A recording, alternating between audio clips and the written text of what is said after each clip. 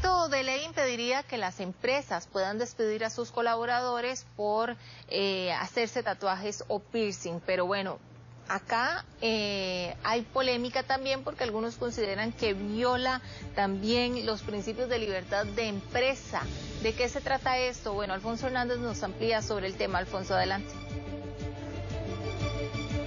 Hola Melissa, muy buenos días para usted, para nuestros amigos televidentes. Así es, un proyecto de ley que está en vía de convertirse ya en ley de la República. Tiene un primer debate por parte de los legisladores y eventualmente podría recibir su sanción de ley respectiva en los próximos días en el seno de la Asamblea Legislativa. Quisimos ampliar un poco los alcances de esta ley y sobre todo esta particularidad de la libertad de empresa en el sentido de los procesos de contratación con el especialista laboral Alejandro Trejos de BDS Asesores. Don Alejandro, bueno, primero que todo, muy buenos días.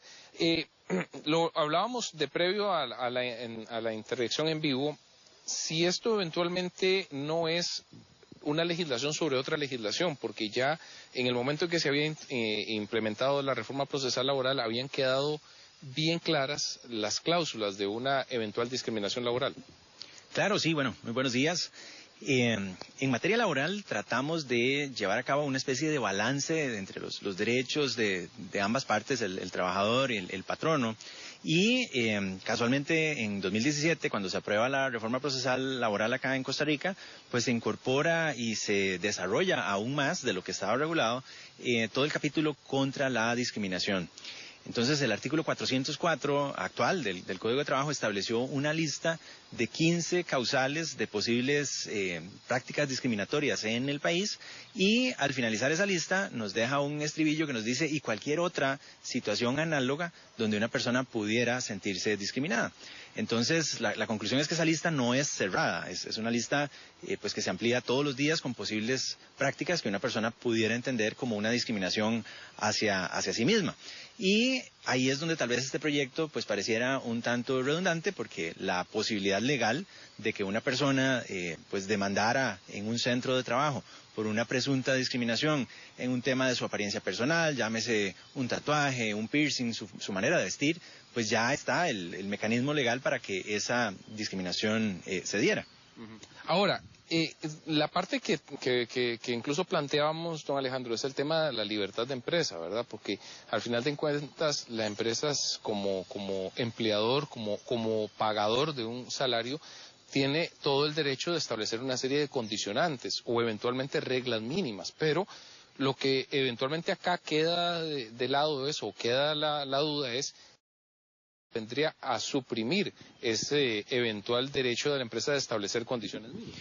Este es un punto interesante del proyecto de ley y polémico a la vez, porque bueno, ya en Costa Rica las distintas autoridades, tanto como la Sala Segunda en materia laboral como la misma Sala Constitucional, pues han puesto en tela de duda en el análisis este poder que más la parte de empresa en materia laboral le llamamos el poder de dirección.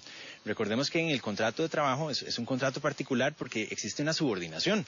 El trabajador se encuentra subordinado, digamos, a lo que son políticas, instrucciones, reglas del patrono, que evidentemente no son ilimitadas. Hay una cierta, digamos, cancha, por decirlo así, la cancha está demarcada en qué puede un patrono regular y disponer y qué no. Pero, por ejemplo, el ejemplo más clásico sería el horario de trabajo. Yo puedo, como parte de ese poder de dirección, establecer a qué hora entra un trabajador a laborar y a qué hora sale. Una ley pues podría venir a decir, no, es que es muy grosero esto de obligar a una persona que se presente a una hora específica, mejor demos un rango. Bueno, eso es un poco lo que este proyecto de ley estaría haciendo respecto a temas de vestimenta, a temas de apariencia personal, que tradicionalmente, como le decía, las autoridades han valorado que mientras las disposiciones que un patrono establezca sean razonables, ¿verdad? Y no son simplemente subjetivas o antojadizas, pues se sostienen esos códigos de vestimenta, ese tema de apariencia personal, porque muchas veces el patrono lo que está protegiendo no es la imagen o la forma en la que se muestra un trabajador, sino la empresa como un todo, ¿verdad? La imagen corporativa. Y de ahí pues hay importantes sentencias y bastantes que nos indican, bueno, cuándo sí una restricción hace sentido y cuándo no.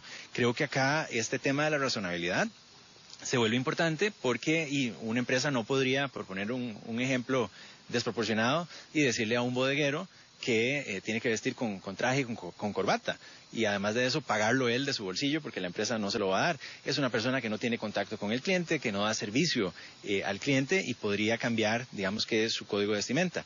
Pero usualmente este tipo de restricciones se dan cuando tenemos contacto con público, servicio al cliente y de nuevo la empresa pues vende o proyecta una imagen que necesita preservar y mantener a través de sus trabajadores que lo representan en todo momento. Ahora, acá es un tema de sentido común, o sea, yo apelo a ese tema del sentido común. Se está dejando de lado el sentido común de precisamente cuando yo tengo un giro de actividad que es muy abierto de una imagen pública que tengo que defender, el que precisamente yo establezca, bueno, es que usted como mi colaborador debería atenerse a una serie de criterios que sí es cierto, yo no lo puedo despedir a usted porque se haga un tatuaje, pero no suena lógico que yo le permita a usted que atienda público con un tatuaje en la cara, por ejemplo.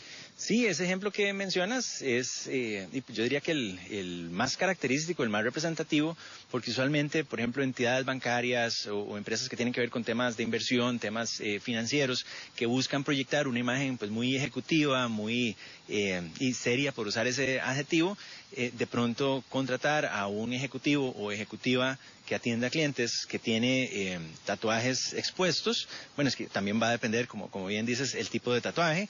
Ahora es muy común algo pequeño en la mano y demás, que pues puede ir perfectamente con el lenguaje corporativo, pero ya cuando digamos que cubre partes extensas del cuerpo y están expuestas a la vista, pues ahí es donde usualmente estos códigos de vestimenta te dicen, bueno, no es que te vamos a despedir por ese tatuaje, es que necesitamos que lo cubras, ¿verdad? Entonces, y vas a tener que usar una manga larga o un cuello alto o algún tipo de vestimenta que y pues mantenga ese tatuaje privado, como fue la decisión que esa persona tomó a la hora de hacérselo, y que la empresa o sus clientes no tienen por qué y pues tener conocimiento, digamos, de ese tipo de gustos.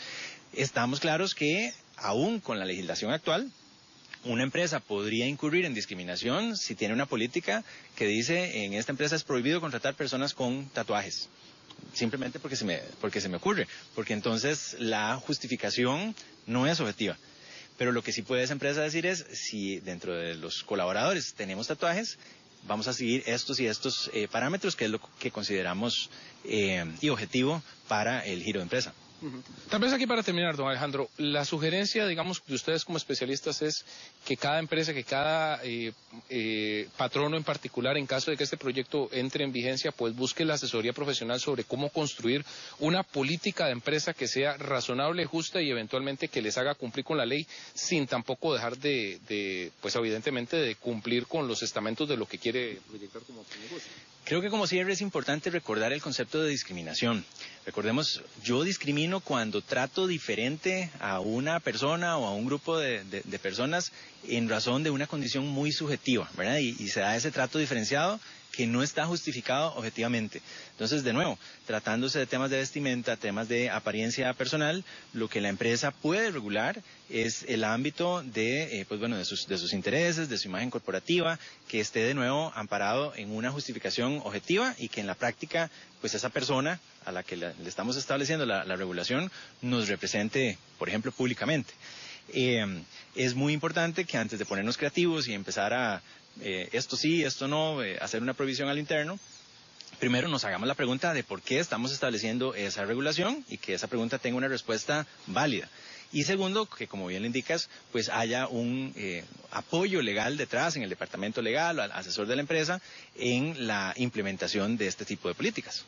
Don Alejandro, muchas gracias, muy amable. Mucho gusto. Muy buenos días. Bueno, ahí tenían ustedes un poquito la temática de esto. Reiteramos, el proyecto de ley está todavía en proceso de discusión y eventualmente podría aprobarse en los próximos días en la Asamblea Legislativa. La información que yo le ofrezco a esta hora de Telediario al Minuto, por supuesto, tendremos más en unos minutos y hay más también en el estudio principal. Compañeros, ustedes continúan. Muy buenos días.